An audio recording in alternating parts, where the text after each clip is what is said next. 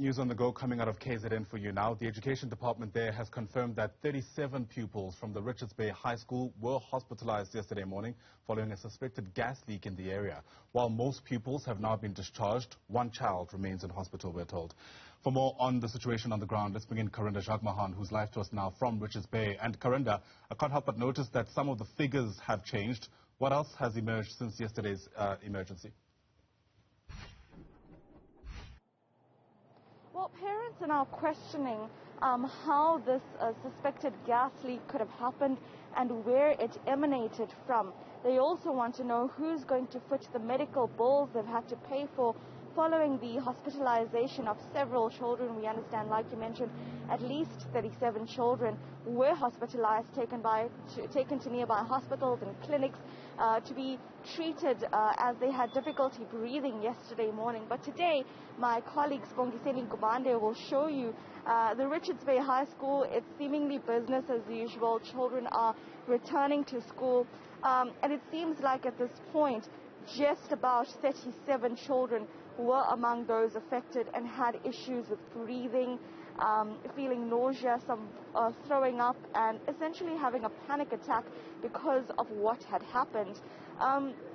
The school has released a video statement on their Facebook page by the principal, who assured parents that they are looking into this incident. Moreover, just assuring parents that medical bills will be assisted with by the school's medical insurance. This was some of the questions that were raised at a meeting yesterday, kind of an informal meeting that happened just outside the school, where parents were speaking to their local councillor and a member from the district municipality about the issues of air pollution, the level of air quality here in this specific area. It's a town surrounded by industrial factories, chemical plants, and some of the allegations on the ground is that a nearby chemical plant may have there may have been a fault and the gas leak may have emanated from there. But the local mayor has said that there is no evidence at the moment to suggest such,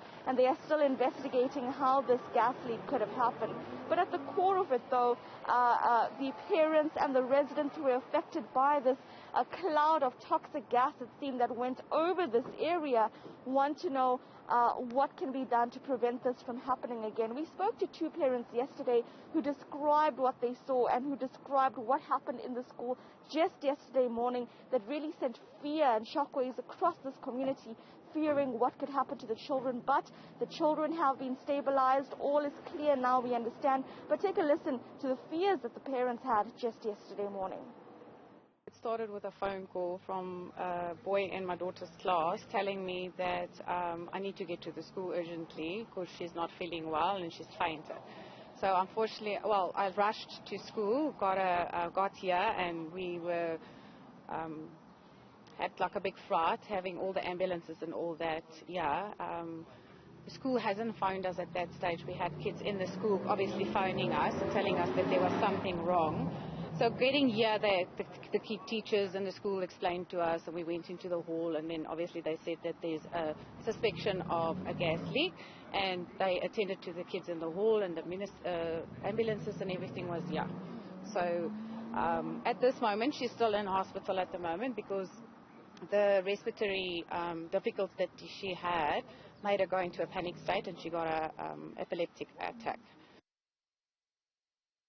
As you come off the off-ramp to the town, there was a cloud of smoke. It looks like smoke coming from, it looks like there where the plants are. So my little one she's 8 years old. She said, "Mommy, is this like a mist?" I said, "No, it's not." And you could smell, when it came to Akudin, you could smell there was a terrible smell. And it smelled so bad that I had to put the aircon on so that you can't get it into the car.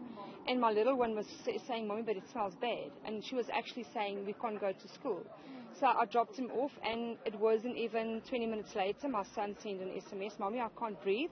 I said, "Okay, go to the office, get your face cloth wet, and then maybe you'll smell something better." And it was like 10 minutes later, my husband phones me, "Go to the school, there's something wrong." My daughter sent him a message to say, "Mom, Dad, I can't breathe." So I rushed to school, and when I got here, she was on a drip already, and she wasn't feeling well. So it was like an hour too late-ish, they rushed her to hospital. So she was taken to KwaZulu-Natal Hospital, and there she was laying until they did all the tests and all the x-rays, and they sent her home afterwards. But they said there can be side effects, but I'm sure that came from that industrial area there.